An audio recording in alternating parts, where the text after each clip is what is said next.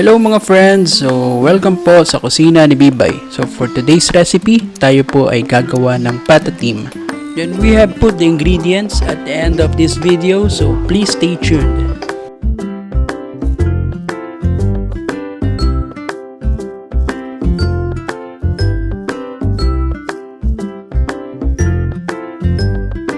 Una, tayo po ay magpapakulo ng pata ng baboy with 6 cups of water. Then hahaluan po natin siya ng 2 tablespoons of hoisin sauce. Then we will add 1 cup of brown sugar.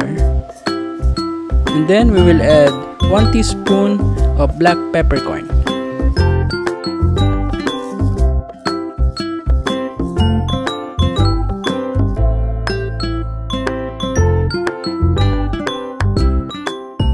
Then, ihintayin lang po natin itong kumulo.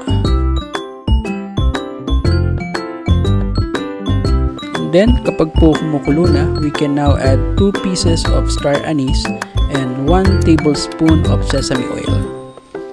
So, yung 1 tablespoon po, dalawang 1 teaspoon.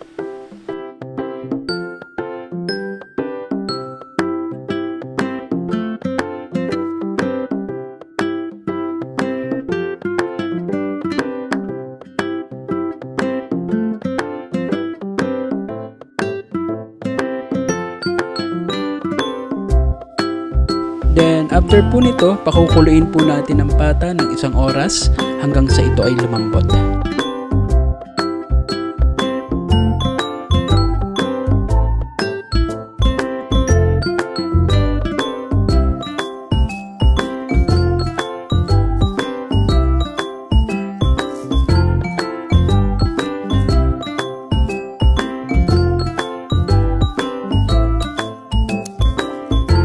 Can check ang ating karne kung ito ay malambot na sa pamamagitan ng pagtusok ng tinidor. Then, pagka po malambot na siya, we can set it aside to cool. Then, gagawa po tayo ngayon ng sauce. Then, gagawa po tayo ng pampalapot para sa sauce by adding 1 teaspoon of cornstarch sa 1/4 cup of water.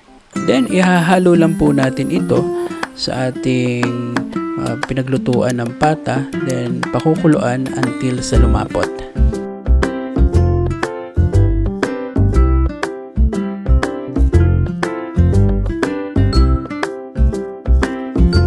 Then, para po sa gulay, madali lang po ito. Bali, magpapakulo lang po tayo ng tubig at ilalagay natin ng petchay na may kasamang at least a pinch of salt.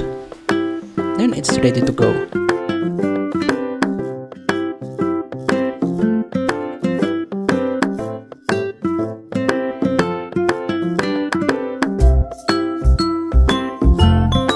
Then, now we can add the sauce sa ating patatim.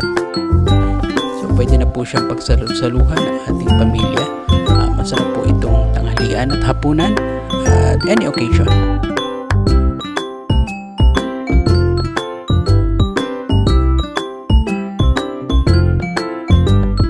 And thank you for watching today's recipe at the kusina ni Bibay.